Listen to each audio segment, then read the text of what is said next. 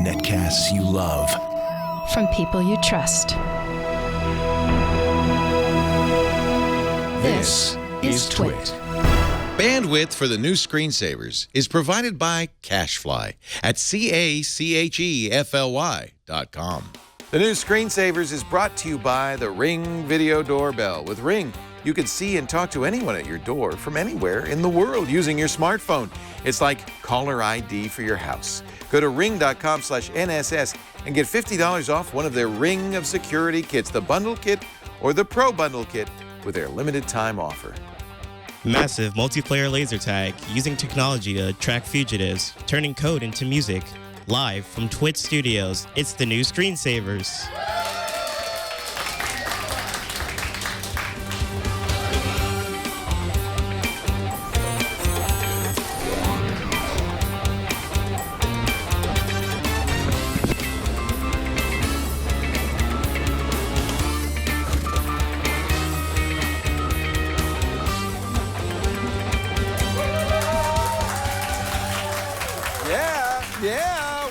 Screensavers, Leo Laporte here. Jason Howell. The next tall to Leo guy. Laporte. Nice Almost to have you. out of the shot of the camera. Stop stretching. Okay, sorry. Stop stretching. Hey, thanks to Derek from Chesapeake. What a great fantastic job. What a good voice, too, Derek. Got a little piece of advice for you, though. Don't ever go into radio. Terrible business. Terrible business. How are you? I'm doing fantastic. Nice to see you. Yeah. You know what else is doing fantastic? This is almost scary. I feel like this is Father Robert's Grohow. Yeah, Grohow. Yep. He's growing lettuces in the back. Doing a good job, I have to say. This is like, at our house, this is our third year of working on a garden, and I build a raised bed and everything, and I mean, they're basically dying. So apparently all I need to do is pick up the arrow garden. Isn't that amazing? Look at that, and fresh basil and lettuces. And this is doing way better than we're doing. Man. Well, we have a really interesting show today, as Derek told you. We're going to play an interesting new game. Pokemon Go is all the rage. It's so yesterday, though. But we already got the newest augmented reality game. It's laser tag, only you're looking at real people, shooting at real people with your camera phone. We're going to play it. It's cool. It's called Father.io. And it's right now, I think it's an Indiegogo, or they're raising money for it still. Is that right? Yeah, we'll find out. Also, we're going to talk to a real digital fugitive hunter. Kind of forensics guy. Well, are you into the Bourne movies? I love them. I've seen the first couple, and then I kind of lost track with them, and then, well, we had kids, and I stopped watching movies entirely unless they're cartoons. So there's a new Bourne movie. Matt Damon is back as Jason Bourne. I've heard it's meh. Well, in every movie, it's the same plot.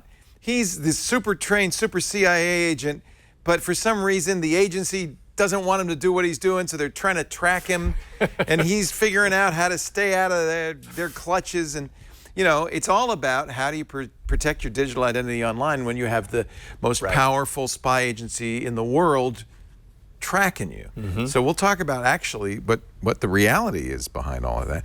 Then I'm going to show you a new program that's designed to teach kids how to write computer software using music. Very cool. Done basically with code, which is a little intimidating for me. I'm not going to lie. You're a musician. I'm a musician. I'm not a coder. But you play an instrument. For sure. Yeah, I play instruments. Yeah. So this would be another instrument, basically. An instrument based around code. It's very cool. With while loops and do loops and if-then statements. Pretty much. We'll see. All right. And we also have a call for help, which is geared towards your particular skills, host of All About Android Guru. Yeah, I got an answer. And by the way, big news, of course, we had quarterly results. I don't follow the financial markets particularly. It doesn't make that much difference to what we talk about, which is technology, how to use it, how to, figure it out.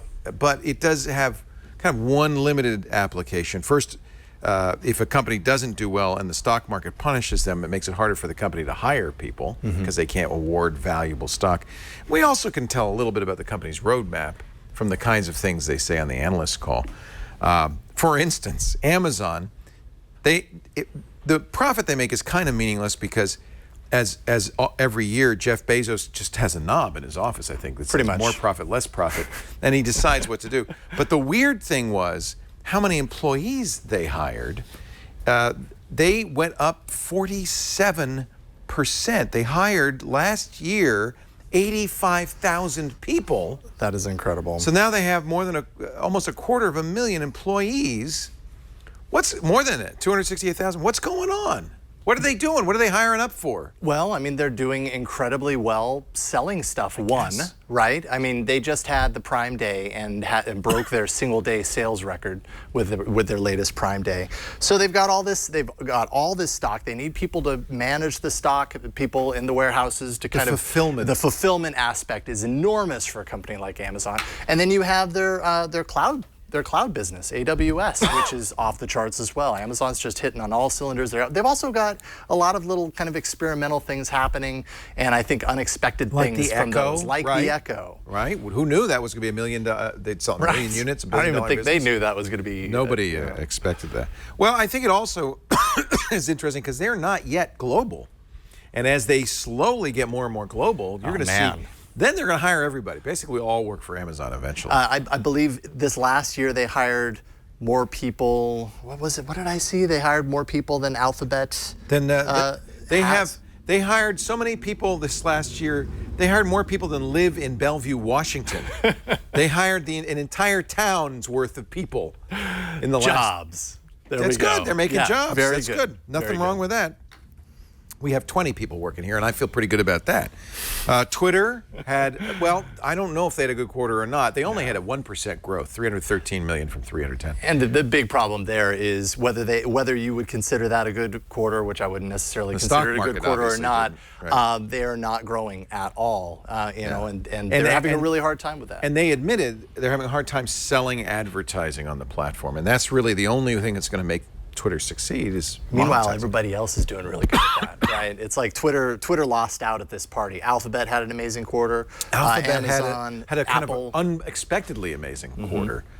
Google showed there's still a little life in that old beast. It's the old guy now, right? Right. Apple, you always expect that. iPhone sales down, except for the SE, which did very, very well. The cheaper iPhone. It's not that cheap, but it shows there's a market for something less than $800 for a phone. That's a lot of money to spend on a phone. For sure, especially when we have phones as good as a phone we'll talk about here in a second. Well, let's mention it. Cost. Yeah, I know you cover Android phones, and the thing about Apple, there's no competition. If you want an iPhone, you have to buy it from Apple. The nice thing about Android is there are hundreds, literally, of places you can buy it from. You can buy it directly from Google. Yep. And I think for a lot of reasons, it's probably best, in my opinion. What do you think, to buy an Android phone from Google, the Android company? I feel like you get pretty good support when you do that. It opens up some more avenues. I guess it really just depends on what kind of support you get from a particular carrier. Well, you also, and even maybe more importantly, to me, you get security because they're guaranteeing to upgrade it. In fact, we heard Evan Blass, EvLeaks, say this morning that he thinks we're going to see Nougat. So where do you say? Okay, because this it's nougat. It's nougat here in the U.S. Everybody overseas says it's nougat. You drop the English, T. In England, they go nougat. Nougat. So nougat. So nougat. We're going to see it next month. He said, right? August. Which actually falls in line with what Google has been saying all along. When they started to roll out the very first developer preview of Nougat, they had a roadmap essentially targeting the end of the third quarter as a release time. I'm sure you've been using. I've been using them on 6P. It's very stable. It's ready to go. I would say. Totally. Yeah, and they said that the version we have now is ready to manufacture. But they did say that it won't be for the Nexus 5. So 5X 6P. That's kind of. So that promise that you'll always have updates, well, but they do better than a lot, right? Like they're promising updates up to, I believe, 2 years for the devices that they release, which, I don't know, of course I would love longer than that. It kind of galls me. These things will last for, unless you drop it, they last forever, right? They don't wear out. We never give them a chance to wear out. Yeah, seems like security patches should keep on coming. Security patches, no doubt. OS patches, maybe that's where it falls apart a little bit because you start forcing new code onto older devices. Things slow down. The experience just isn't as enjoyable. Maybe it makes more sense there. So this is the new phone. You ordered one. I ordered one. I haven't got mine yet. Chinese company ZTE. They were, I think, one of the companies that the U.S. Department of Commerce told companies a few years ago, don't buy anything from them. They're owned by the Chinese military. They're probably spying on you.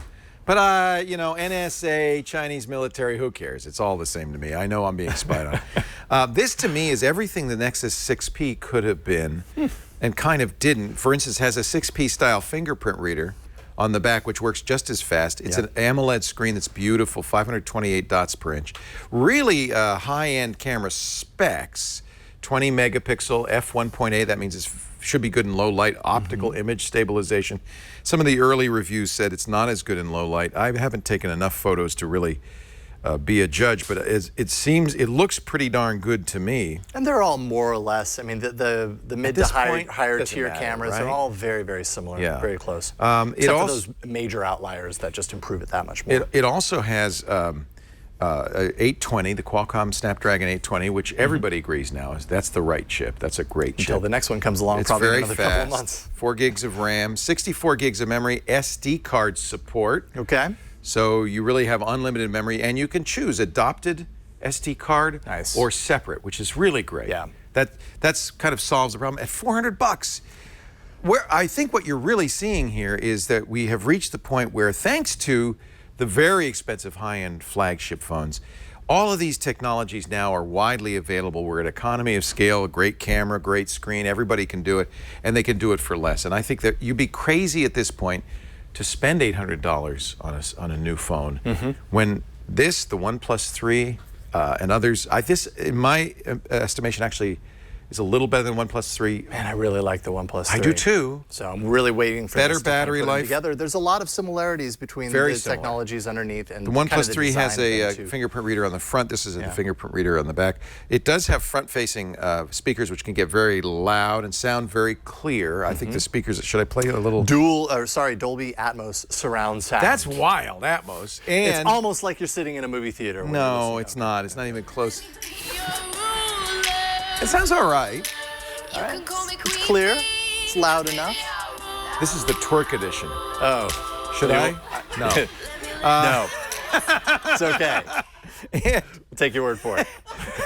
And a high-res DAC. So I think 100, I can't remember, was it 192? I think it's 192.24.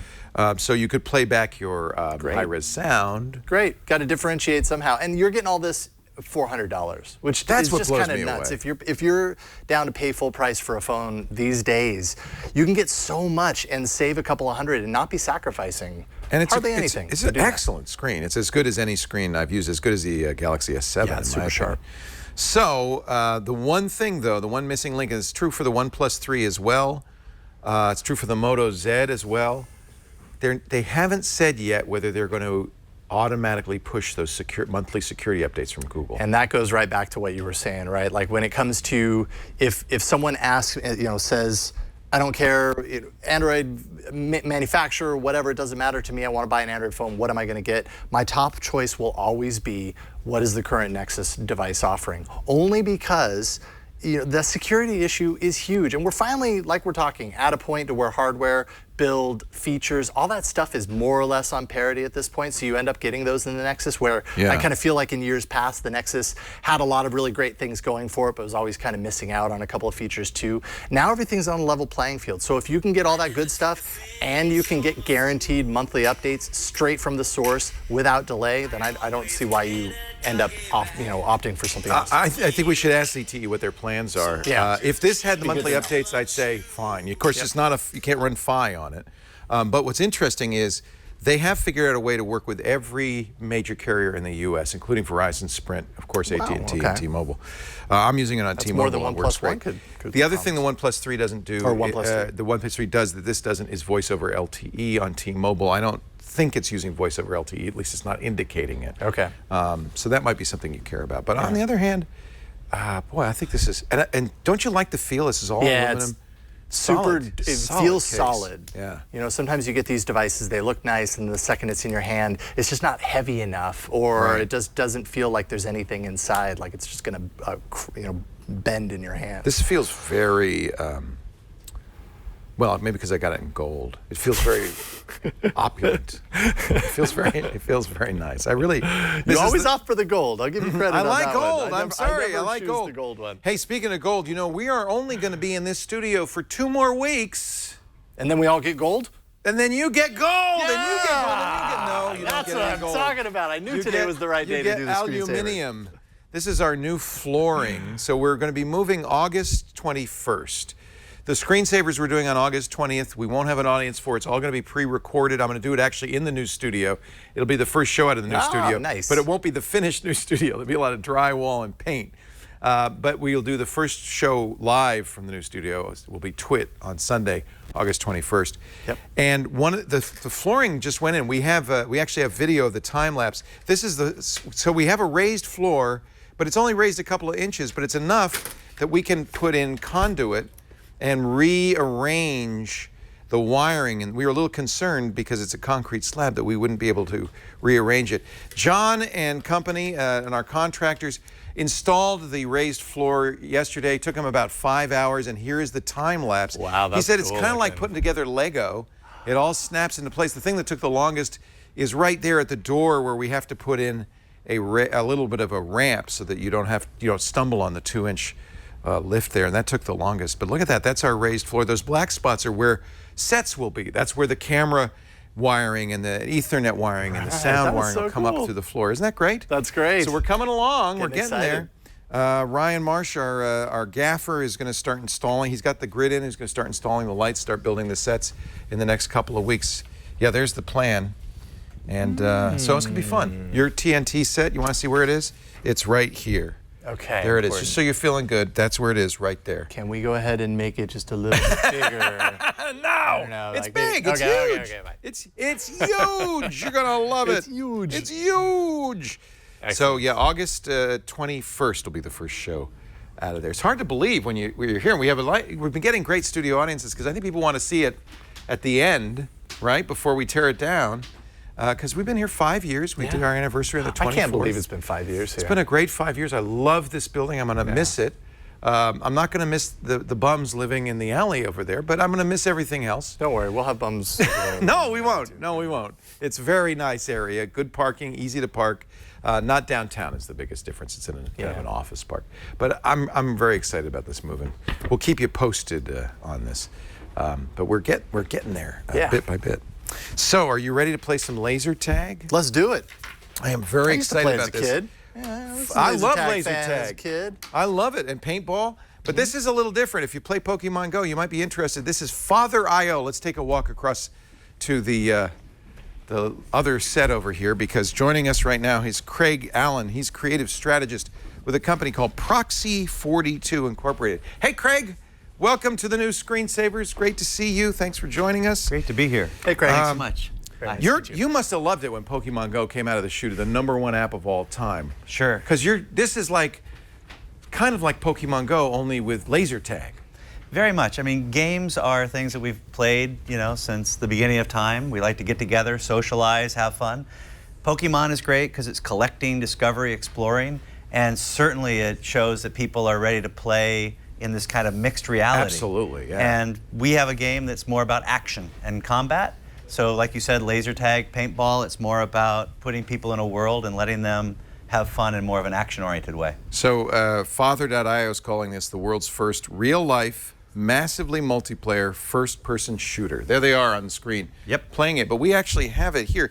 You'll have to buy some hardware for your phone, is that right? Yes, we have a thing called an Inceptor, which if you look on this iPhone This here, is the Inceptor? This is just a small little thing about the size of a keychain that kind of clips onto your phone.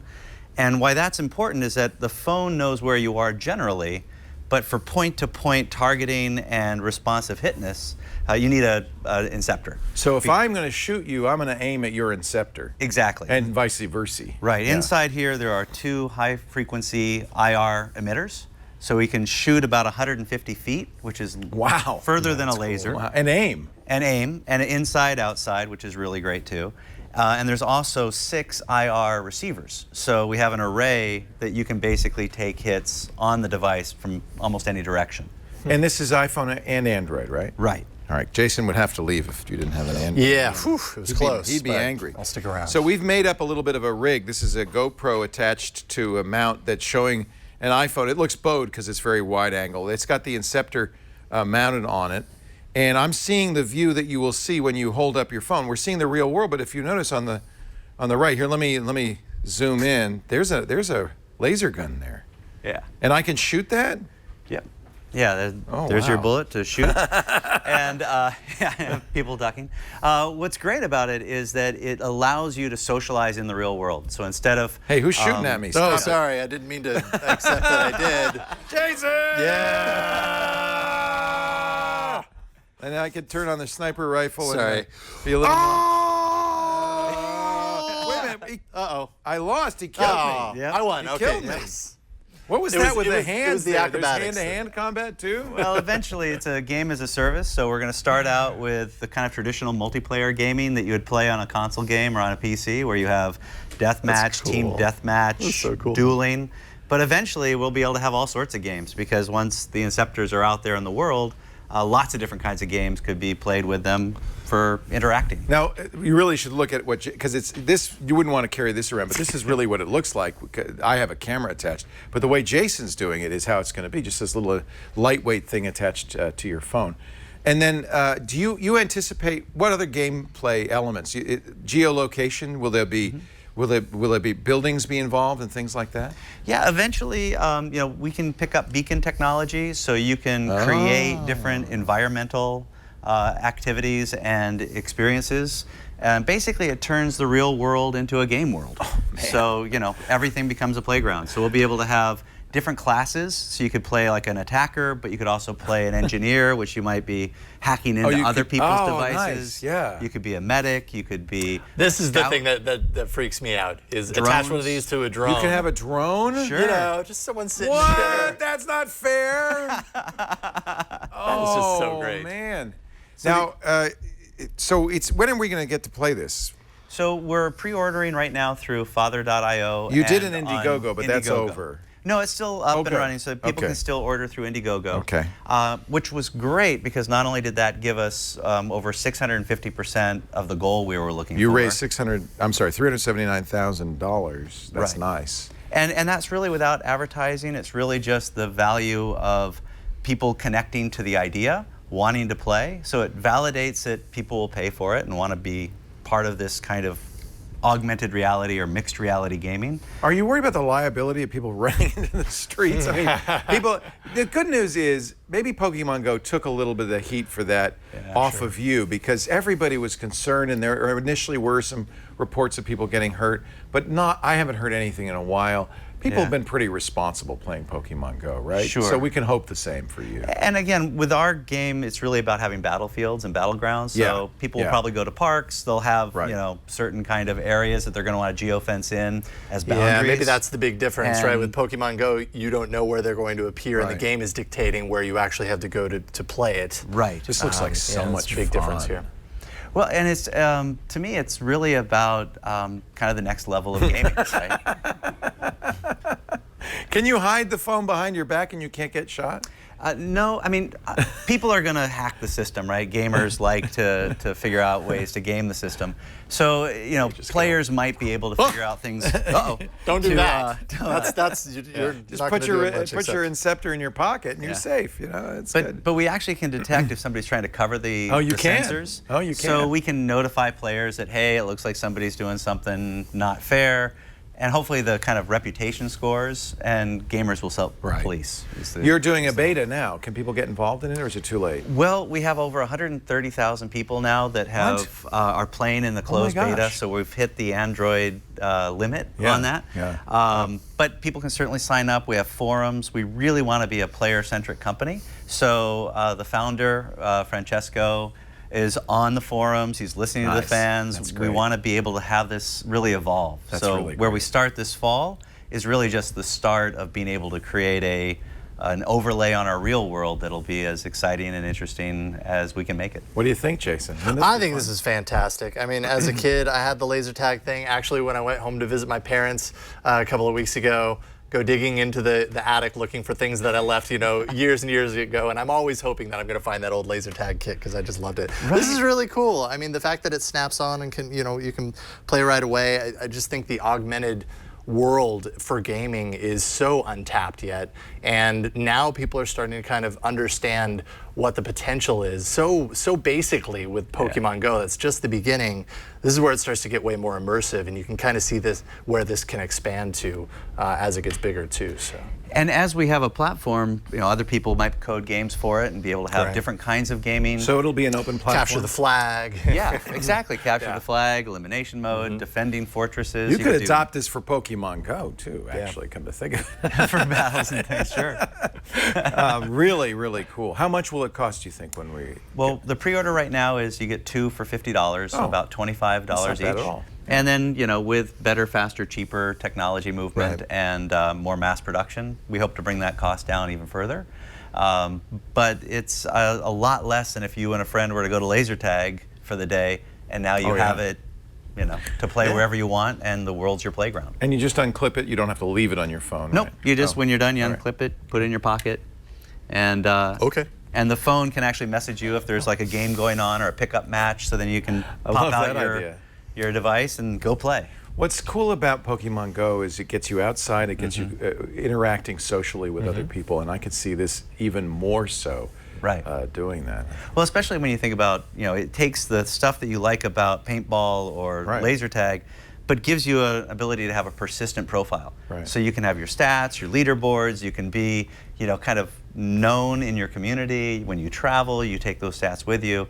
So it really combines the best of online multiplayer gaming with real-world socialization. And that's where it's really different than just the old toy that you had as a kid. I mean, you could put something on your forehead and shoot each other, but because you have the computer attached to it and you have internet connection, you can see that kind of thing like reputation points, score, and you're seeing that as well as the background behind you. I think that's very cool, very neat. Esports is another big area of growth. Oh yeah, for sure. industry. Oh yeah. And this is another area where we think that we could have a really great physical sport that is also an esport.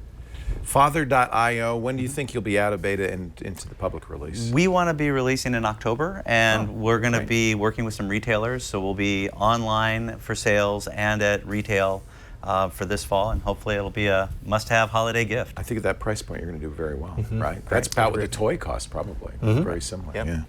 Thank you very much, Craig Allen's creative strategist with the company behind Father.io, Proxy 42 Incorporated. We're seeing that number 42 show up a lot these days. I like it. A lot of geeks out. A lot of geeks out there in the real world. I can't wait to play it. That's cool. Great. So tracking bad guys with tech coming up. We're going to meet David Toddington. He's a fugitive hunter.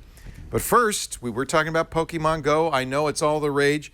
And it turns out nobody loves Pokemon Go more than 2 of our editors who are exactly the right age. They played all the Nintendo Pokemon games, the red and the blue and the yellow games. So we thought we would challenge Kevin and Laurence a head-to-head combat. How well do they know their Pokemon? Watch.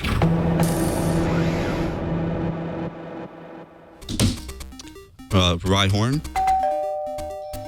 It's a weird angle. Ghastly. Haunter.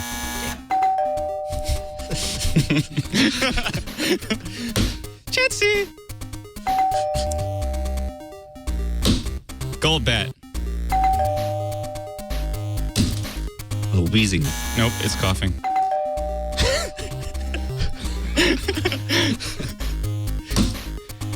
Graveler.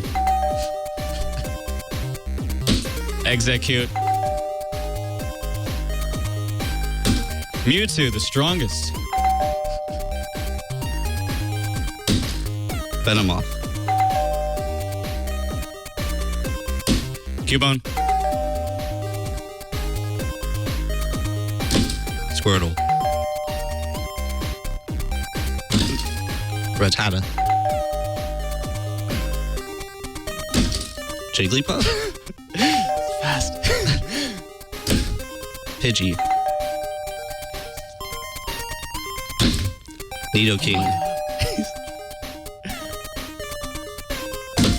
Slowpoke. Alakazam. Seal. Mr. Mime.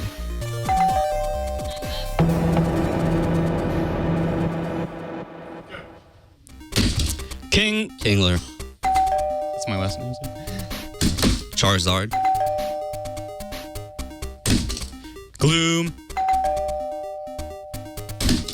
Doduo. I have too many of those. Venusaur. Lapras. Kabuto. Poliwrath. Zubat. Honor. Tauros. Pidgeotto. Yeah. Fair. I don't. It's Hypno. Charmander. Ditto. Eevee. Caterpie. Voltorb. Or this better be Voltorb. Oh crap! Sorry, I wasn't looking. Wigglytuff.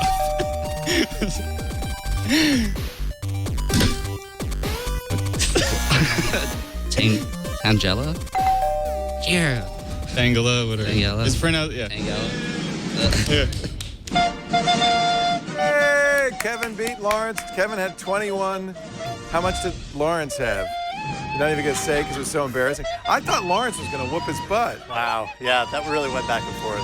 Makes me realize just how much I do not know about Pokemon. And I really appreciate how seriously they took that game. They obviously know their stuff. So the reason this came up is we're standing in the back. We have a picture on the wall of all the different ones, and I think it was Kevin who's going. Well, see, here the problem is, you see, you have this one. This is a legendary one, but we don't really know if that one's evolved to that one because there's a story behind. And I thought you are really a little bit. A little too into knowledgeable. This. And then it turns out Laurence is just as crazy because they're the right age, right? Yeah. They're their early 20s. They played this like crazy when they were kids. Anyway, nice job, Very good. Kevin and Laurence. Kevin, congratulations! You're going to get my Tesla Model X. No way! So yeah, so that's. He didn't know what he was playing for. I didn't know that was the prize. You would have studied. You would have studied it up, right? Exactly. Yeah. All right. From the silly to the serious, on the line with us right now, David Toddington. He's the founder and CEO of, is it T2, David? TII. TII, the Digital Fugitive Hunter and chair of the Open Source Intelligence and Research Association, OSIRA. David, welcome to the new Screensavers. Great to talk to you. Thank you very much, and thank you for having me. So when you go to see movies like Jason Bourne, do you just laugh out loud at the stupid tech that they're showing there? It was an action film, and let's say it was good entertainment, if nothing else. But I imagine that you have some technologies, probably that haven't even made their way to Hollywood screenwriters, to do what you do. Does law enforcement really use technology to track fugitives?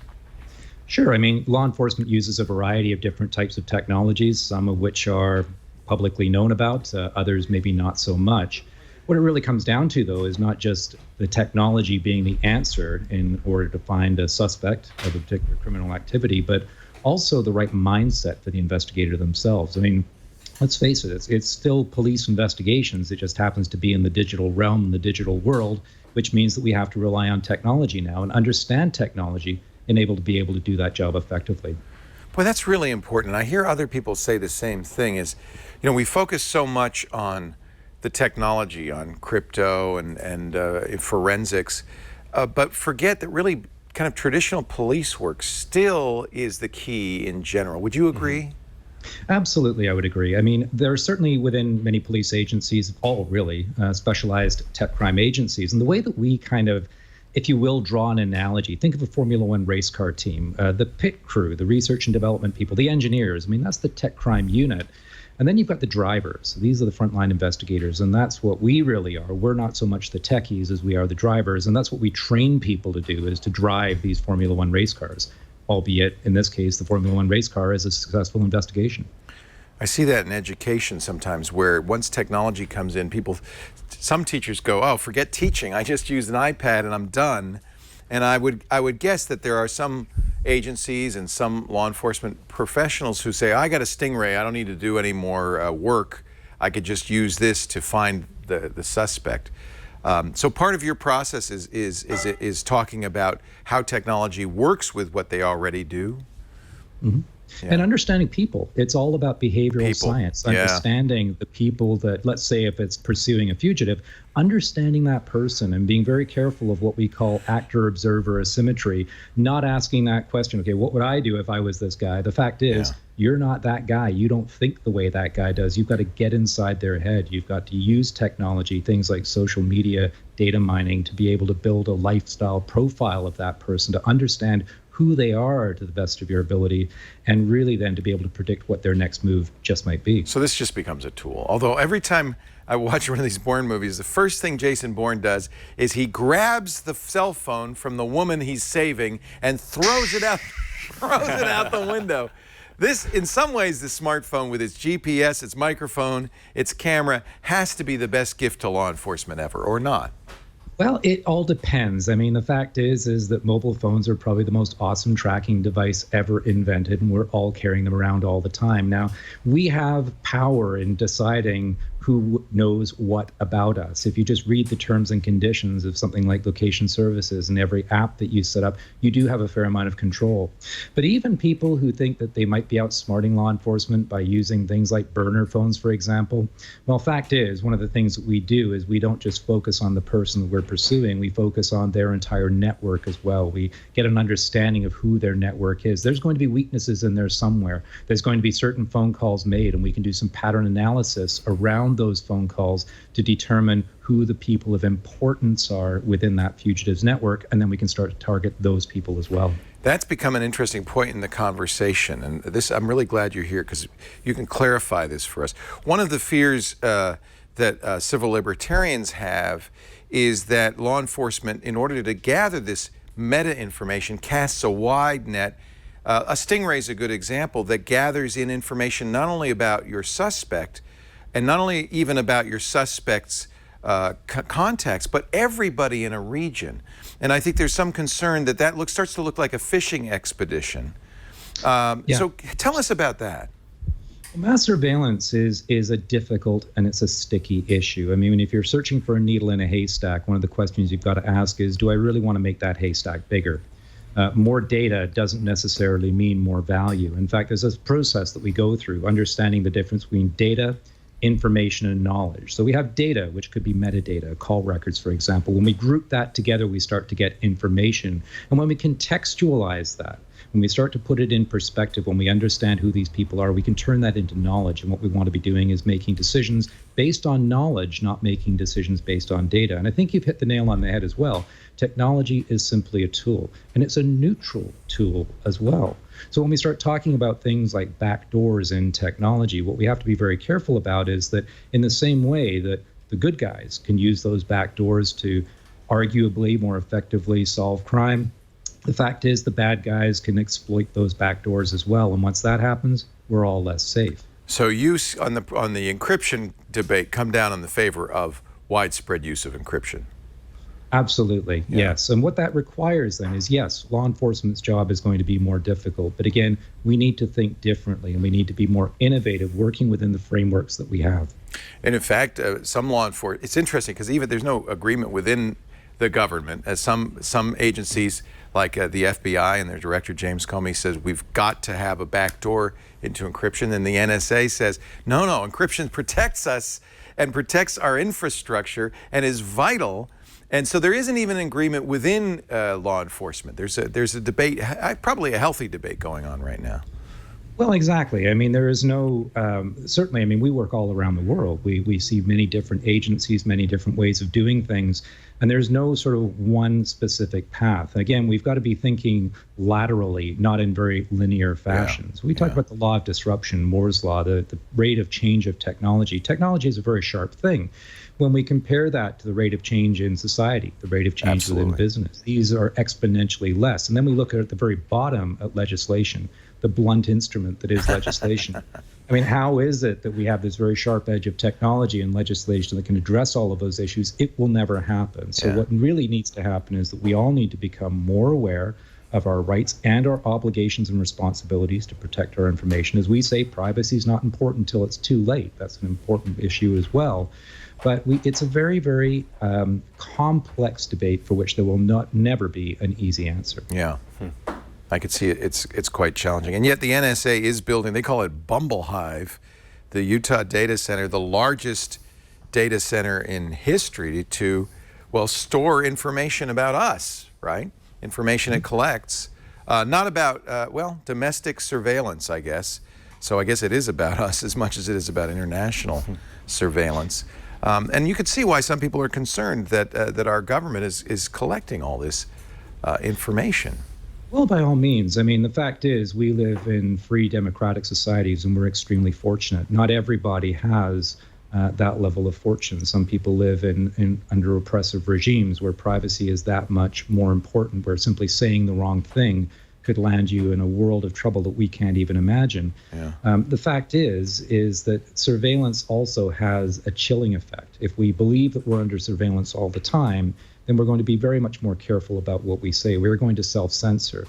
And we have to ask ourselves, is that the society we want to live in as well? Yeah, absolutely. I agree 100%. By the way, that page that I showed, lest anybody think that was a real NSA page, is actually a parody NSA page about the data center. And I don't think the NSA would actually call it Bumble Hive. But others do, don't they? So, on balance, is technology making life easier for law enforcement or harder for law enforcement? It's doing exactly both, and it depends on how law enforcement approaches it. No question, the bad guys now have opportunities that they've never had before, but we say law enforcement also has opportunities that they've never had before as well. And this is an issue that permeates all levels of law enforcement. The fact is we live in a digital society. We live in a society now in which information is the commodity of greatest value. And we have to move away from the idea of the fact that, well, street cops don't need to know technology. Yes, they do. We find on average that within a 12-hour shift, many Canadian general duty police officers spend 1 hour online during that shift using technology to assist them in investigating the most common of criminal activities, from domestic violence to petty theft and everything in between. Yeah, I have to imagine that social network, you mentioned just a little bit ago, social networks. I have to imagine that's another great gift that you've been handed. And suddenly we live in this world where people live their lives not only for themselves, but for everyone else. I mean, has that just kind of opened up the playing field, the number of opportunities? Oh, very much so. I mean, certain tools that can be used for mining, say, geo-specific social media posts that are publicly posted can be tremendously advantageous. For example, music festivals. What is the general feeling? What is the sentiment? Are people getting stressed out? Is there the possibility that things could be going wrong? Is there a need for police? Oh, interesting. Yeah. And all of those sorts of things that can give a commander who's responsible for a large number of people a real sense of what's going on the ground. You could actually do sentiment analysis on the social sharing from that festival to see if people are if there's potential for trouble there.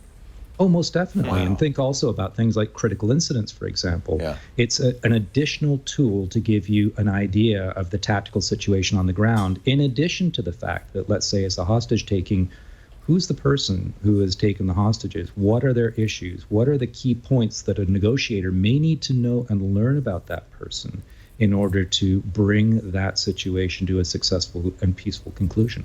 One of the responses to this notion of going dark, and I can't remember, I might have been the director of the NSA who said this, is, oh, don't worry, we've got the Internet of Things. We're going to have sensors everywhere. And aren't we all wearing wearables now that are collecting all sorts of information? In every Perry Mason TV episode, the question comes up, where were you on the night of August 20th, 2013? Nobody has to ask that anymore. It's much more likely the attorney will say, well, according to this, you were right here.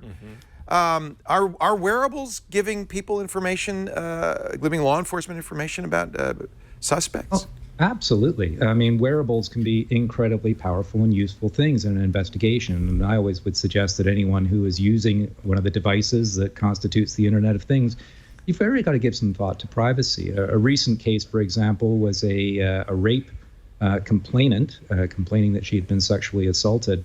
And there wasn't something that seemed quite right to the investigator about the complaint itself. Turned out she was wearing a Fitbit. An examination of the Fitbit device itself indicated a very relaxed pulse rate during the time that apparently sexual assault took place. Of course, that doesn't make an awful lot of sense. Yeah. So, yes, I mean, in that case, it led to a public mischief charge against the complainant for making a false allegation.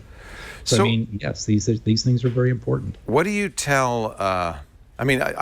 So on the one hand, you're telling law enforcement you still have to do your job. It's the difference between data and knowledge, and between knowledge and understanding. You still have to use your brain and your instincts. But what do you tell your friends and your family, people who aren't working in law enforcement, about privacy? What do you tell them to do? Very simply, privacy is not important until it's too late. We live our lives, we feel like we haven't a problem in the world, but when we are targeted one day, it could be targeted by a hacker, any number of malicious individuals who decide they're going to target us for any number of reasons. All of those bits of data that we have left behind, this digital detritus, as we call it, that's in the public sphere, that can be used against us in ways that we never possibly imagined. The most innocuous pieces of information can be leveraged significantly by the bad guys and used against us, and that's something that we always have to be aware of. Yet at the same time, it's a balance, because the fact is, if we decide we're going to go dark, we're going to cut ourselves out of social media, that's something that we really, it's an advantage to us in order to stay in touch with our family and friends. It's how we socialize. Yeah, I don't want to live disconnected. I want to carry a cell phone. That's the constant thing about Facebook, for example. People have this growing backlash against Facebook, but if you actually chose to strip yourself away from Facebook entirely, in a lot of ways, that ends up meaning not only going dark on the surface, but going dark to your friends and family to a certain degree. It's how we socialize now, and that is the real challenge. And these are the questions we have to ask ourselves. And really think about what privacy means to us and what we're willing to do to maintain privacy. The fact is, security, it takes effort. It's not easy stuff to do. And very often we'll get to that point where we think, it doesn't matter anymore. What the heck? I don't really care if anyone's collecting this information. Well, that may be how we feel now. But the fact is, the internet is written in pen. It's not written in pencil. Computers never forget. Yeah. Well, let me ask you, David, you work with a lot of law enforcement. We're constantly here grappling with this issue of public safety versus personal privacy. Is it your sense that law enforcement understands and cares about that, and most of the people you're working with are, I want this to be the case, are really trying to do the best job they can and still protect people's individual liberty? Generally, I think yes. I mean, the people we work with and my experience in policing, some of the best people I've ever worked with in my life. And I mean, when we're talking about levels of personal integrity and wanting to do the right thing and being devoted to public service. So yes, absolutely. But it's a little bit like saying all techies think a certain way. It's very difficult to say all law enforcement thinks a certain way, because you're going to see a whole wide range of feelings, emotions, and sentiments within the law enforcement world as well. And yes, I know people that absolutely believe that encryption should be protected. And I also know people that believe that encryption is the worst thing that's ever happened to law enforcement as well. It should be building back doors. So, there are many debates and arguments within the law enforcement community, certainly from the perspective that we have and what I see. There's no one simple answer that really can be used to blanket all of law enforcement as well. It is absolutely a real challenge.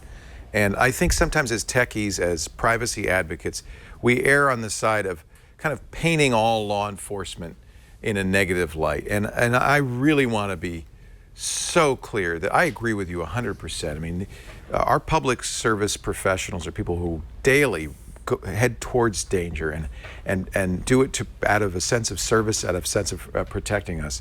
And I really respect those people.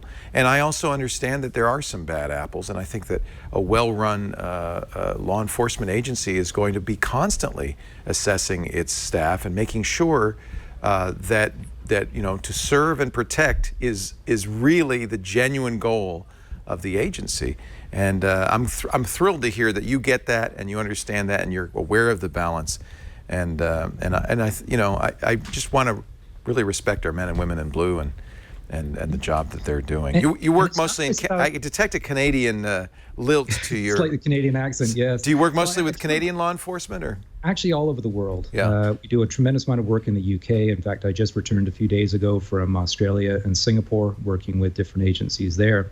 A point I just want to touch on as well, and that is there's this very often perception that law enforcement is constantly walking into the face of danger, and I don't want to dispute that. But at the same time, think about those investigators who spend hour after hour, day after day of drudge work, going through records, sitting behind a desk. There's nothing glamorous about it at all.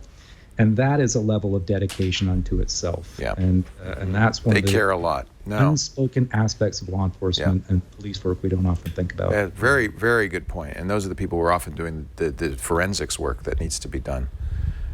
Thank you so much, David. It was great to talk to you. David Toddington is the founder and CEO of TII. He is a digital fugitive hunter. I hope we're not going to see you on the Discovery Channel with a show of your very own. Maybe you and Dog, the bounty hunter, and chair of the I love this, OSIRA, which is the Open Source Intelligence and Research Association. He's one of the good guys. Thank you, David. I really appreciate your time. I think we have a lot more to talk about. Let's get together again. You bet, Leo, and thank you so much for having me. It's been a real pleasure. Really, really interesting. I want to make sure we get these perspectives from all sides, because it's so easy for us to say, no, I don't want any, I want privacy, I want to be protected. Yeah, you want to be protected. We all want to be protected, and it's a difficult and a challenging job. And technology is changing this like it's changing everything in our lives, including how we grow lettuce. So it's just scary. This is like, feed me, Seymour. Yeah, soon it's going to eat us. Father Robert has an experiment going on. Hey, coming up in a bit, we've got a viewer question. We're going to get our viewer on the air with a question for you. Excellent. Because you are one of the few people who still owns this product. But first, I want to tell you about something you should all own, a Ring video doorbell. Man, I love my Ring. When anybody comes up to my door, I hear about it on my smartphone, wherever I am, anywhere in the world. When anybody rings my doorbell, it rings my phone. I can talk to them. I can say, yeah, what do you want? If it's a package, I could say, leave it in the side there. I'll be right out. It is awesome. And we've been talking about this for a lot. They have the newer Ring, the Ring Pro. So the original Ring that we showed you, of course, has a large battery in it. That's so you can use it on doorbells that aren't wired. The Ring Pro is for wired doorbells. They've eliminated the battery. There's the original. They've made it smaller. In both cases, you get this very wide-angle HD camera, so you can see what's going on, whether the person rings your doorbell or not. It has motion detection. More so, though, it has a speaker and a microphone. So that means you can talk to people, you can listen, you can see what's going on. You could protect yourself when the babysitter comes. I know when she's left. I know when the kids sneak out in the middle of the night. I know your daughters are soon going to be at the age where they're going to be doing this, and you'll want to know. And I love it when I can say, hey, Abby, I saw you come in at 3 in the morning. What's up? And I have video. I can prove it. There's so many great reasons that you might want the Ring. And now they've got the Ring stick-up cam, so you can add a camera to the back of your house, the sides of your house. And the beauty part is this is a wireless camera, and I mean totally wireless, because you can also get the solar panel, so it doesn't need to be plugged in. It keeps itself going from the sun. Nice. I'll tell you what, we've got the Ring of Security Bundle Kit, or the Pro Bundle Kit, which includes the doorbell, the stick-up cam, a solar panel, and the chime, which you could plug into any a power outlet in your house and add an additional doorbell, which is great. Yeah. If you can't hear the doorbell from the back, or you put it in the shed or the gardening shed. Yeah, we have one of those. We have the chime at home. Do you? Yeah. Where do you put it? Well, we have it kind of in the back den area, which is where my wife... Because you can't hear the ding-donger in the hall. Well, because we don't have a ding-donger in the hall. The ding-dongers, I don't know what it is, but doorbells and ding-dongers are like the things nobody pays attention to. You buy a new house, you get the worst doorbell, it's kind of falling off. The chime goes donk. It's just, I don't know why, every time. So this is the best upgrade you can make, and I love it. And I want you to try it right now. We're going to get you $50 off either the Ring of Security Bundle Kit or the Ring of Security Pro Bundle Kit right now when you go to ring.com/NSS. That's the lowest price anywhere. We guarantee it. ring.com/NSS. And I'm telling you, I think we named one of their new products, as yet unreleased, the Ding Donger. The Ding Donger. Yeah, the Ring Ding Donger. The Ring Ding.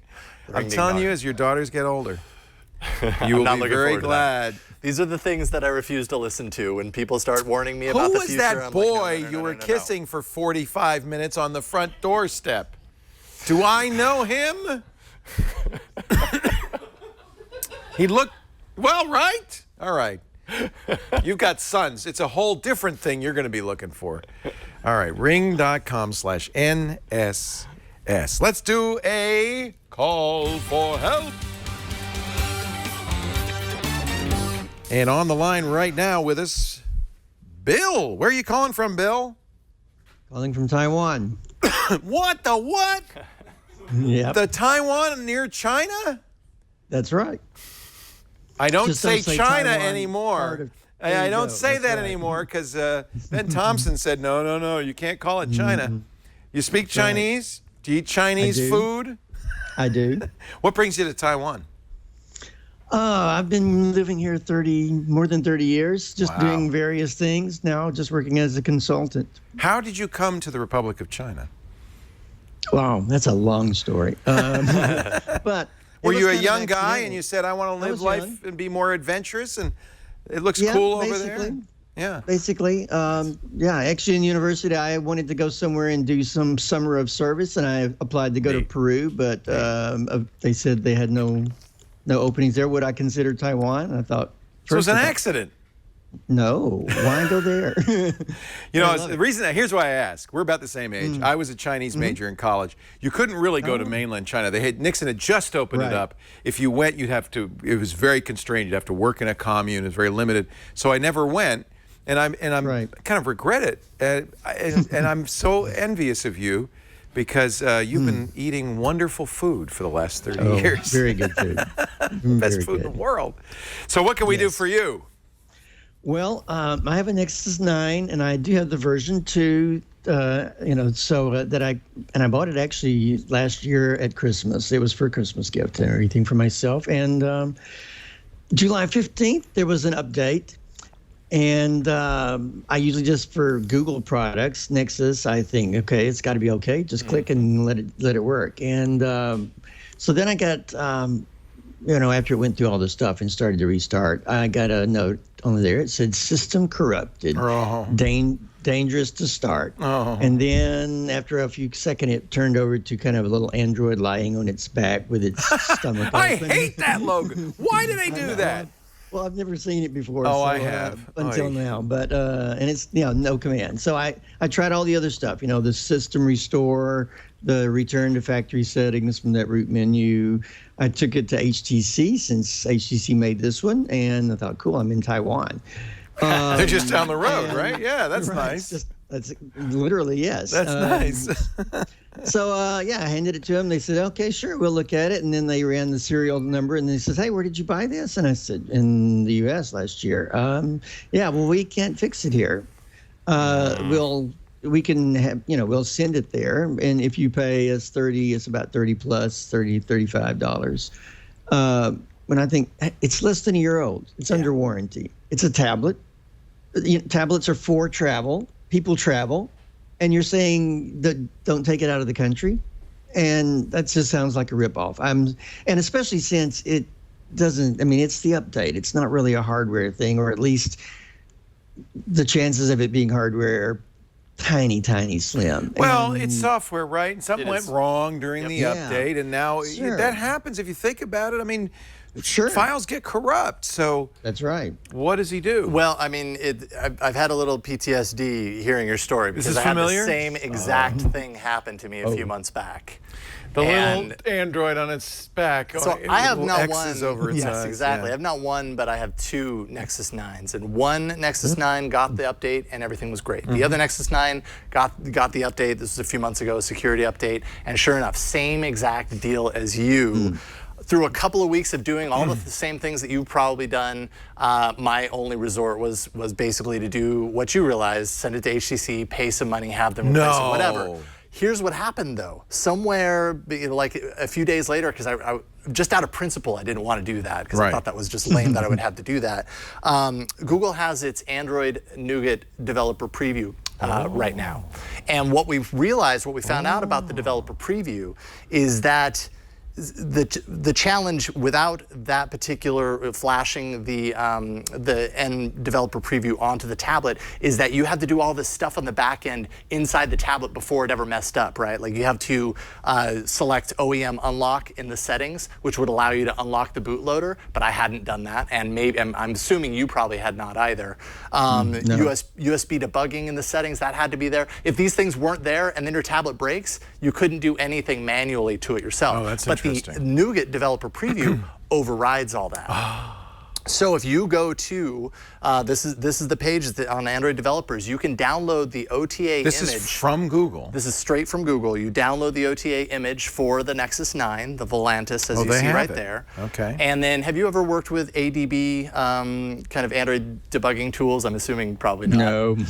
So I haven't. this is where it gets You need a Windows machine. It gets you a little can't do it on a geeky. Mac. You can do it on it's a little Mac. harder. Yeah, it's a little bit harder, but you can do it on a Mac. Mac doesn't have the device drivers that Windows does. So. Right, but really all you need is this ADB file, .adb, and essentially if you install the Android Studio package, which again you can find on Google's Google site, it comes with that ADB file. So there's a little bit of extra trickery there as far as like using terminal. Like when I did this, I did it on the Mac. I had to go into terminal and navigate to that folder and do an ADB command that essentially allows me to take that image and flash it onto the tablet. So I'm not saying that it's the easiest thing in the world, but it's not impossible. And the second I did that, I rebooted, everything was working again. I was on the new version of Android, which kind of made it kind of cool. Beyond that, if you really want to be on a stable version, you want to be on Marshmallow, Google's made it really easy to opt into the beta and then opt right back out. And what that does is that automatically sends the OTA of Marshmallow back to your device. So then you end up flashing back to normal, and you're where you started. Let me ask you one thing. Have you tried, Bill, to get into recovery mode on this yet? I tried, return to factory settings and then system restore. No. This is harder core than that. So you shut it down and you press the on, it's completely shut down, right? You press the on-off switch. This is not a Nexus 9, obviously, but it's the same idea. And the volume down at the same time, okay? Yeah. And the idea is you're going to go. That. You did do this. Yeah. Okay. And you wiped the cache, and you wiped the data partition, and it still didn't fix it. Right. Okay. Yeah, so, because somewhere on the OTA update it corrupted the image file. Yeah, and that's exactly what happened with mine too. Yeah. So as far as like working with ADB and going into terminal to do this stuff, probably sounds a little intimidating, and I completely understand. Just a little bit of quick Googling will give you probably a very easy, guide on doing that essentially. Really what it boils down to is taking that OTA file and placing it in the same folder on your drive as the ADB file, and then you use terminal to like go take this and put it on my tablet, and it's done. This is interesting. I did that on the ZTE. I got factory test mode. What is that? Maybe I shouldn't have done that. It says don't do that. It says to avoid this, please don't hold the volume down button while you're starting up the phone. All right, so you aren't wanted here. Yeah, apparently there is no recovery on a ZTE phone. That might be another negative. Actually, I'm sure there's a way to get into it. And I'll visit XDA developers and find out. Yeah. So that's about it. It's not hard to do ADB. No. If you go to XDA developers or you Google it, you'll find the process for Mac or PC. You install a little software. You're going to connect it via USB, and really, it's a way to kind of access, without the operating system being on it, access the drive on the Nexus 9 and modify it. And that's what you need to do to put the new ROMs on there. The cool thing is once you go through this process, you learn another level of Android, really. And it actually in some ways opens up other doors down the line if you want to get really geeky with Android kind of under the hood. And he doesn't need to do Nougat. He could probably find Marshmallow OTA. Well, that's the thing. You have to do the developer preview because it's signed in a way that overrides all those settings that he didn't have set. Got it. And then once you're there, then you can revert. That's a tip for everybody. Before your Nexus 9 or Nexus device crashes, What should we do? We should turn on debugging? Oh, yeah, USB debugging, which is in a secret developer menu. Yep, I've turned that on. Okay, what else? And then there's OTA unlock, which essentially, that isn't unlocking your device, but that's basically you telling your device that you are willing to unlock your device if you want to later. So to avoid future problems, if you have a this would only work with a Nexus, probably. Maybe that's not. a good question. Some other devices. Yeah, I mean, I've done it on the Nexus many times. You have to have an unlocked bootloader, right? Probably. That's the challenge. Yeah. Well, good luck, Bill. Are you staying in Taiwan or? Yeah, I'll be here for a while. I'm settled and enjoy it here. How fun! And your English is still good, but I bet your Chinese is great. Pretty good. Yeah. Yeah, so pretty good. Yeah. I've been trying to guess. I can only see I'm not. Oh. I'm not arguing. I'm just explaining why I'm right. Okay. I need that T-shirt. My brother gave it to me and he said it was perfect, which tells you something. Hey, it's really good to talk to you in Taiwan. Okay. Thanks for joining us, Sure. Bill. I appreciate it. Yeah, enjoy watching. Look how good the picture is. This drives me nuts, right? We get better Skype with people outside the U.S. than we do inside the U.S. Well, yeah, and actually I'm complaining because the only thing I can get is 10 meg here, and most of the neighborhoods around us can get the fiber, and I haven't got it yet. So, but soon. But yeah, in the U.S. that would be great. Yep. 10 meg consistent with great download speeds. This looks good to me. Hey, thanks, Bill. Take care. Thank you, Bill. All right. Good luck. You're welcome. Thanks Next week on this show, Aaron Newcomb. So if you're a maker or you've got questions about the Raspberry Pi, here's how you would ask. Need tech help? The new screensavers are here with answers. Email your tech questions to newscreensavers@twit.tv. Coming up, I'm going to play with Jason with a new program that's free that runs on Linux, Windows, and Mac. And it allows you, if you're interested in music, and this I would say would be great for a kid, to learn how to program using music, the Sonic Pi. But first, Megan will tell you how you can get a better deal at Amazon. Watch. Let's talk about camel.com, which has absolutely nothing to do with camels and everything to do with getting great deals. Camel.com tracks Amazon prices so you can decide if Amazon is the best place to make your purchase, and if it is, if now is the best time to buy, and if not now, when. Here are 5 ways to use Camel. 1, go to the website and enter a keyword, the name of any product, or the Amazon URL. Click the product to see a detailed graph of sales history. 2, create a free account to track your items and get alerts. Once you've entered your email and created a password to start an account, you can save and track products so the site will alert you when the price drops to something that you can afford. If you don't like the price you see, click the product, type in your desired price, and then click Start Tracking. 3, install Camelizer, the Chrome or Firefox extension. Once you've installed the Camelizer Chrome extension, you'll see the camel icon in your toolbar. Browse the page on Amazon and then click the camel. There you can see the graph and enter your desired price for tracking. 4, get Camel alerts via direct message on Twitter or have them tweet at you when your product reaches a certain price. To get direct messages from Twitter, you'll have to follow @CamelConcierge on Twitter. Go there, follow the account, and then enter your Twitter handle as the recipient of the alerts. 5, sync your Amazon wish list with your Camel. If you've already added scores of products to your Amazon wish list, now you can sync them and track their prices. Go to Tools, then click Wish List Synchronization. Then open a new browser window, go to your Amazon wish list, click the Share button, and then copy the link back into the Camel page. That's it. Let me know if this works for you. And if you have any other money-saving tech tips, email them to me at megan@twit.tv. I am Megan Morrone, host of iOS Today, where Leo and I cover the latest in iPhone, iPad, Apple Watch, and Apple TV. And I host Tech News Today, where Jason Howell and I deliver the technology news that will entertain and inform you every Monday through Friday. Thank you, Megan Morrone. You guys do a great job on Thanks. TNT. I love that show. We're having a great time. Everybody has to watch Monday through Friday, 4 p.m. Pacific, 7 p.m. Eastern. We're going to, I think, we're going to make it onto the Echo. Speaking of Amazon, I think we're going to be doing daily be part of the Echo Daily Briefing. Oh, fun! We have to talk to you and Megan, and one more little thing, just a short newscast every day for the Amazon Echo. Will be fun. So this is a program that I think I probably read about it on Hacker News. It's a free program called Sonic Pi, Mac, Windows, and Linux. And the idea is, it was written by a teacher. In fact, I watched his video on TEDx about it. The idea is, if you're learning how to code, you need something to do.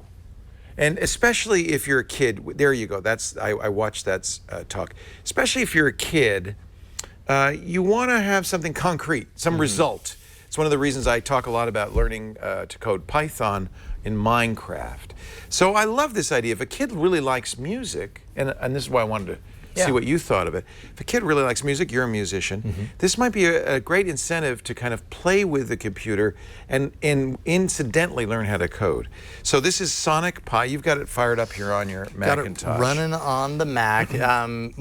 Multiple platforms, right? It's everywhere. Yeah. The top part is where you would write your code. The bottom part is, so you could see there's a browser that lets you look at other code. In fact, they even have some pretty cool code samples. Yeah, I've got a bunch of examples here of different codes, but you can also import different synthesizers. It has a lot of loops, which is nice. Samples. Yeah. Yeah. So that means you've already got music built into it. This isn't Logic. This isn't Pro Tools. This isn't designed to be a professional music making app. It's really more designed to teach you the rudiments of code. So this is a do loop. Yeah, filtered drum and bass, I believe, is what I just copied from the code base down here, from all of these examples.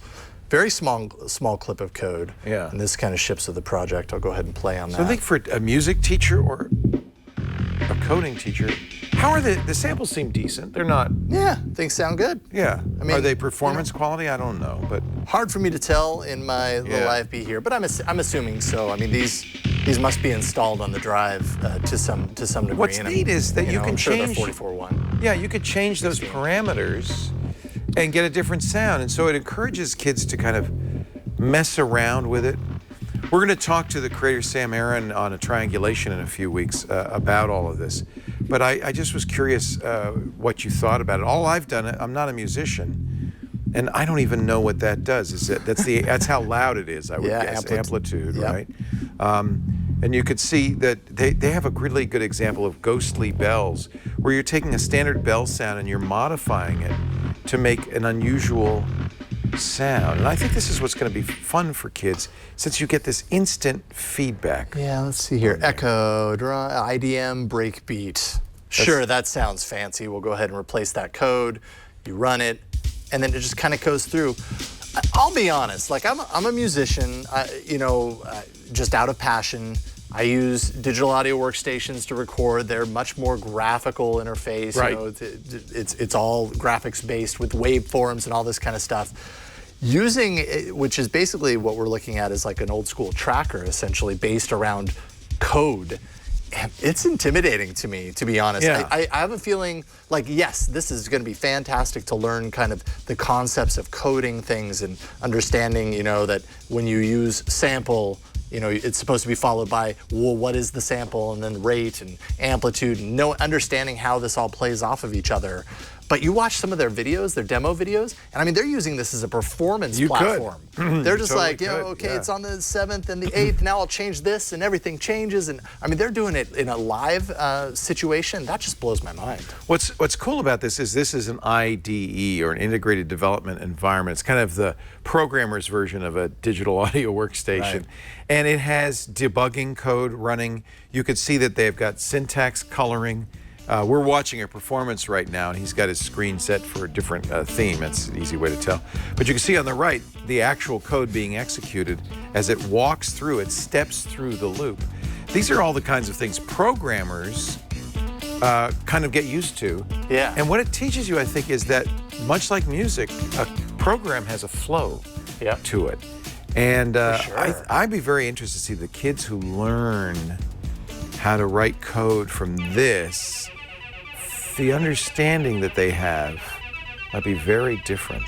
Yeah, the stuff, the go-to, and just kind of the concepts of looping and looping through a passage. And well, you start with looping. That actually fits really, really well with a lot of modern music. Yeah. A lot of modern music is loop-based, so it makes perfect sense that you could take these concepts of programming and just smash it together with digital music.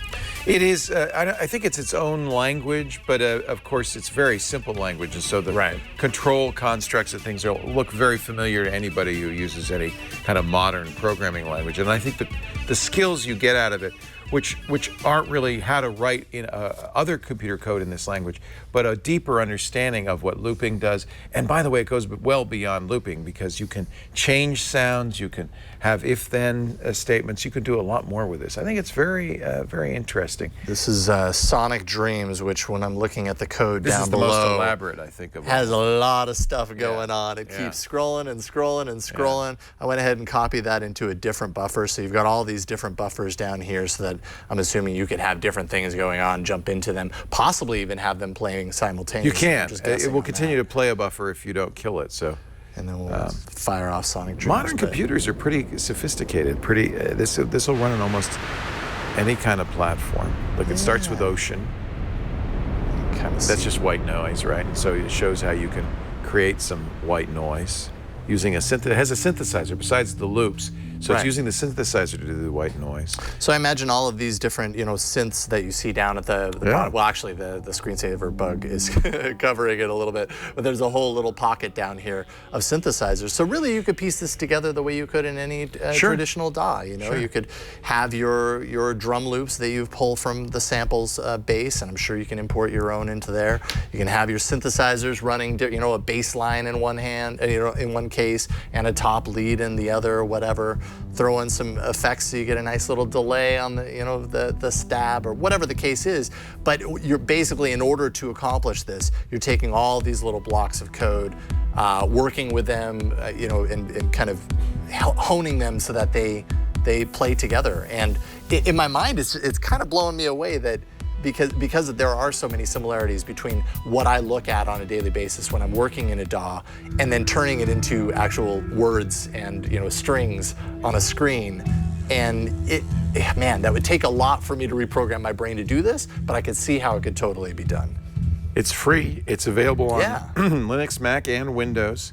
Sonic Pi, S-O-N-I-C-P-I. And we'll talk to its creator, Sam Aaron, in a future triangulation. But you could find it online right now, and I think it's cool. I think it's. I wanted to show you. I was just curious what you would think about it. Yeah, man. I'd never heard of this before. But I love it. I hadn't either. I love what's going on right now with music creation in general. I feel like in the last even 10 years, but even longer than that, it's just been democratized to a point to where we're starting to see some incredible creative things. And now with kind of just open source in general. I mean, these are open to anyone. I mean, this is free. These are tools that are free that when I was a kid, I had to pay a lot for a hardware sampler. I know. A little, 8-bit Akai sampler costs so much money, but that's what I did because I wanted to play around with this stuff. Now that ships with your computer, and you can be a musician right out of the box. Kids today have so many options, and some almost too many. Right. That's daunting, right? There's so many things. There's no limit. You get the other problem to what they can do.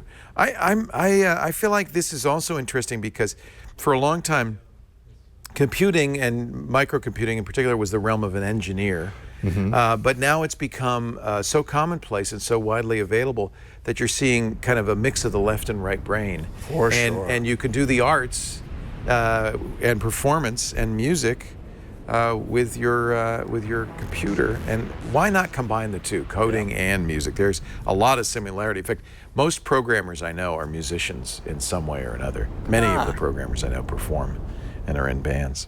The mailbag is coming up next, but first, I love this. In fact, I asked Bryan to do it. Amazon did an interesting thing. They put out the code and everything you need to turn your Raspberry Pi, a $35 computer, into what's effectively a $200 Amazon Echo Watch. This is Bryan Burnett, host of Know How, and today I'm making a Alexa Pi. Now, if you have heard of the Amazon Echo, this is a fun project to test out some of those features without having to break the bank. As far as parts, all you need is a Raspberry Pi 3 Model B. It'll also work on a Raspberry Pi 2, a micro SD card, 8 gigabytes or higher, and a Kanobo USB microphone that I ordered for $9 off of Amazon. The first thing you'll need to do is go to Amazon's GitHub and follow the instructions that Amazon has been so kind to provide. It'll walk you through the process of setting up your Pi and how to create an Amazon developer account, and the entire process took me about 45 minutes to complete. The instructions were very well written and accompanied by very handy pictures. Once you've completed the steps, you can start using your Alexa Pi. Unfortunately, there are a few things that don't work. There is no voice activation, meaning no matter how loud you yell at Alexa, you won't be able to activate the process. If you click the Start Listening button and speak a command, the response is impressively snappy. You also can't play music like you would over a regular Echo, but you can ask it quite a few other commands, such as play music. Is not supported for this device. Set a timer for 5 seconds. Starting now. Play top news. President Obama brought delegates to their feet as he took the stage at tonight's Democratic National Convention in Philadelphia tonight. What is the weather in San Francisco? California. It's 60 degrees with partly sunny skies. Earl Grey, hot. On this vessel are not yet operational. Do aliens exist? No proof that alien life exists, but the universe is a very big place. What is the meaning of life? Depends on the life in question. 42 is a good approximation. In the end, this is one of the more fun projects I've done with the Raspberry Pi, and it's pretty simple to get set up and shows off some of the cool features that Amazon has with their Echo. This has been Bryan Burnett, and for more projects like this, check out Know How. Really cool. They've been doing some fun stuff. Yeah, on Know How. I know. That's or really cool. Grow How, as we have been Grow calling How it right now. Lately. So good to have you, Jason Howell. Thank you. Are you still, tell me about Yellow Gold, still making music? Yeah, I mean, I am when I find time for it. Right now, I'm at this point to where I'm like I've probably close to finished 4 to 5 tracks. Nice. And I'm thinking, like, do I keep pushing for a full album, or do I just settle on an EP and like move on with my life? So I don't know what I'm going to do, but it's really hard, you know. It's of course. Full-time life, basically. Yeah, you I've work got a here family, all I the work time. here. You've got 2 beautiful daughters Yeah. who take a lot of attention. I love, though, watching your social media feeds about the. What was that wig you were wearing? That was a little. Oh, that was an Anna from Frozen. Yeah. Basically, I was home with my 3-year-old daughter yesterday. Was a yesterday morning, and she really wanted to listen to Frozen. She wanted me to dance with her, and so I was Anna, and she was Elsa. And you had to put on the wig. Hey, you do what you got to do. Oh, you're a great dad. You do what you got to do. You know what? There you go. Great. Now everyone's seen it. I got to tell you, those are the moments you will look back on. Trust me, I've been there 30 years, 20 years from now, and you will, that's solid gold. You will cherish those the rest of your life. So do as many of those as you can. I do, actually. You will never forget them. No, I know, and it's hard I put on now. the Anna wig all the time. No, what, is that weird? You know, it's hard. You know, it's a lot of work, but you forget the work.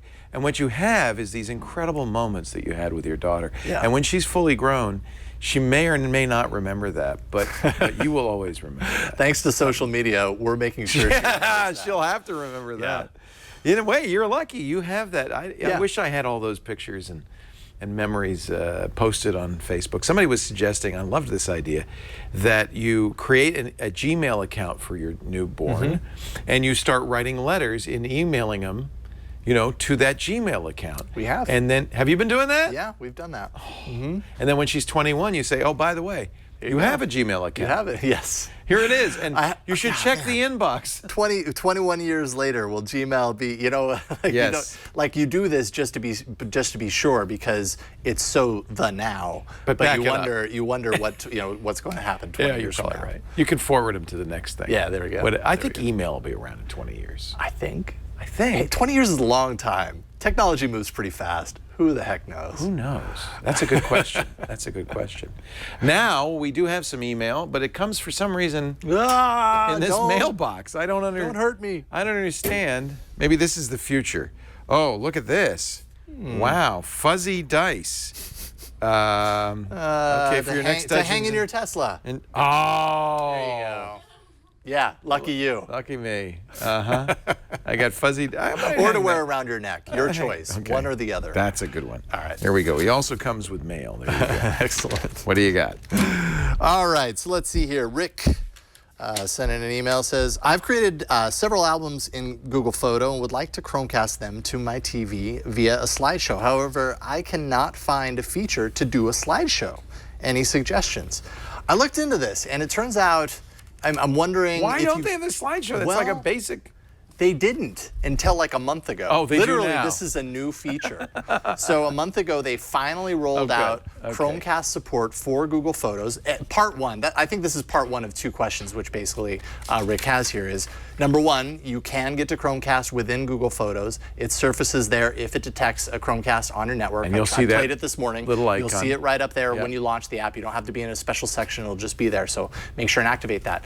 Part 2 is, what you're trying to do is you're trying to play a slideshow of a particular album in your Google Photos. So go to that album, and I mean, basically, if there's an overflow, if you go into it, there's an overflow menu. Tap that, and right up at the very top is slideshow. Nice. You can just hit that. It'll jump right into it. The other option that I thought is that if you're on Android, there is cast capability built into the OS. So all you have to do is play them back through the Photos album and cast it from cast your device and not just the app. So that was my workaround if you don't happen to see it inside the app. But it rolled out a month ago, so nice there you timing. go. Yeah, perfect Nice timing. You solved that problem for us. They really are slowly, and I wish it were a little faster, but slowly improving Photos. Yeah. The only thing that bugs me is they took out all the great editing features they had in Google+. They killed Picasa Web, which also had great editing features, and they have yet to put those features back into Photos. Man, it takes a while to get those features back in there. I'm sure they plan to. I mean, Photos has been out for a year, and they only just a month ago put Chromecast support in, which that seemed like a launch feature. That seemed like something that should be there if Google feels that strongly about cast technology. On the other hand, it is a free service. It's an amazing service. I know. We have high expectations. It does. The searching in it is unparalleled. Yeah. It's free, unlimited storage for your photos. We shouldn't really complain. But we want more. Yes. Here's one. This is for you for sure. I'm a voiceover artist and musician. This is Bill. My home computer in my home studio went kaput. And I have no means to record. Is there an open source or inexpensive studio program you can recommend that'll provide enough flexibility and clean enough recording to meet my needs that I could put on my old Toshiba satellite laptop? Yeah, I came up with 3 options for you. I mean, basically, the options that are out there nowadays aren't necessarily going to make your recording sound bad, right? They're all going to record more or less. They're going to start, you're going to get your basic 44.1 kilohertz, 16-bit, and they're going to go upward from there. But you've got a couple of options. If you want totally free, and completely open source. I can guess where you're going to go. Yeah, Audacity? of course. Audacity is kind of the first. And it's good. I use Audacity to do my radio tracks. I used it for years at all CNET. the time. It's it's fantastic. Yeah. That's going to get. It's open source. It's free. You install it. It has little quirks, little bugs here and there. So it's you're saying maybe not Buzz the Out best. Loud was done in Audacity? I did parts. I can't remember if I did the full show of Buzz Out Loud, but I believe for a long time I did with Audacity. Well, that's just what I pretty used. good. That's a pretty good recommendation. And that was then when it was a lot buggier than it probably is It now. used to crash a lot. Yes, it's much it more did. stable. It did, but I figured ways around it, and it totally works. Avid actually has a free version of Pro Tools called Pro Tools Pro Tools First. And this is it's a 16-track limit. So they've definitely limited it down. There's some built-in plugins. It's basically a way to get a taste for Pro Tools and get some extra functionality for musicians and stuff. Maybe more tailored for musicians, but I mean, many voiceovers the world over, I'm sure, as you already know, use Pro Tools as their suite. So wow, look at that. And that gets you in the Pro Tools world. You start learning a different digital audio workstation that way. And maybe someday you're willing to kind of pony up and get a. I always found Pro Tools pretty opaque. I never really could figure out how to use it. It's my platform. It's the platform that I use. I'm comfortable on it, but there are so many. How long did it take you to learn it? That's a hard question to answer because I learned it while I was Bit by going to bit. school. Yeah. You know, Yeah. and then ever since then, it's just been the one that I've devoted myself to. Every studio uses that, right? Every studio. Nowadays, it's actually a little bit different. Things have changed a lot in the last couple of years even. Pro Tools forever has been historically the studio choice, but now now I think studios are specializing in understanding many of the DAWs because so much more home production is happening. Right. And people in the home. They come in, they say, I know Logic Exactly. or whatever, and they and say, I need to load my project Right. on this or whatever. Right. And What do so you use? It's a wide scope. Pro Tools. Pro Tools. Yeah, that's that's right. That's my source. You just said that. Yeah. That's all right. And what would you say if you weren't using Pro Tools? What would you choose? Well, actually, my third recommendation is one to check out because I hear a lot of people who refuse to use Pro Tools because Pro Tools can be kind of limiting, a little expensive or whatever. Their alternative is a digital audio workstation called Reaper. And this is an inexpensive digital audio workstation if you're using it for personal use or if you're using it for commercial use where you're making a revenue of under $20,000. It's $60 for a full license. And people who come from Pro Tools, who come from all of these other DAWs, end up in Reaper and they're like, this is it. This is the future right here. I have not played around with it, but apparently it's awesome. And for voice editing, it would be good, do you think? I mean, you know, in the same way that a standard DAW might be tailored to music, but you can still use it for other things. Right. I mean, it's just multi-track. Right. So, you know, just record into a single track. Some of your voice editing, you might want multi-track anyways. Yes, there are features in Reaper that are tailored for musicians, but that's going to be the case with all of them, I think. Right. You know, because they want their suites to be made for everything. Start with Audacity. That's free, and it does pretty much everything. That's probably. I wouldn't make your next album on it because it isn't really designed for that. Yeah. But for voice recording, for voice tracks, I think it's a very useful tool, very simple tool. Yep. Multi-track. So there you go. All of that. Jason, we have come to the end of this episode. Me and my fuzzy dice. But it doesn't quite look like dice hanging. No, in the they mirror. really don't. They really don't. They look like balls of yarn. Yeah, sure. That's what they look like. They're fuzzy. They're fuzzy Dungeons and Dragons dice. That's what they are. That's what they are. I want to thank you so much for doing what you do for TWIT. We just adore having you on the network. You bring such intelligence and good cheer to All About Android and Tech News Today, and I love having you on this show before for any time you want to come back. I know it's your day off, and I'm taking you away from your family, but thank you for That's coming. okay. Really No, I have a lot of fun doing screensavers with you. Thank you. And I thank you for coming on and joining us. We do the show every Saturday afternoon, 3 p.m. Pacific, 6 p.m. Eastern Time. That's 2200 UTC. If you want to watch live, you can be in the chat room. Remember, what you're watching is not the final show. You're watching the sausage being made. If you prefer the sausage straight, you should go to twit.tv/NSS. All our shows are available for download. You can watch at your leisure in audio and in video, including back episodes, absolutely free, always free, thanks to our fine sponsors who make it possible. You can also find it on iTunes and anywhere you get podcasts. In fact, we have TWIT apps on almost every platform, including Roku and Windows Phone, and this is mostly thanks to our great third-party developers. We appreciate the work they do. There's lots of ways to listen, but whatever way you listen or watch, make sure you subscribe so you'll get it every week. Thanks for being here. Thanks for joining us in the studio audience. We had a great studio audience today. Email tickets at twit.tv. Just to reiterate, there's no Screensavers show, no live audience on August 20th because we're moving. But if you want to join us for instance, the first episode from the new studio, that'll be August 27th. And if you want to see the old studio, you better hurry. Time's running out. Time is, I think we got 2 more episodes, 2 or 3 more episodes, and then we're out of here. Wow. So tickets at twit.tv. If you want to keep up on everything we do, we have a great newsletter, absolutely free. No salesman will call. You can sign up at twit.tv/newsletter. I'm Leo Laporte. Thank you so much for being here. And come back soon, will you? And have a great day on the new Screensavers. Bye-bye. Bye.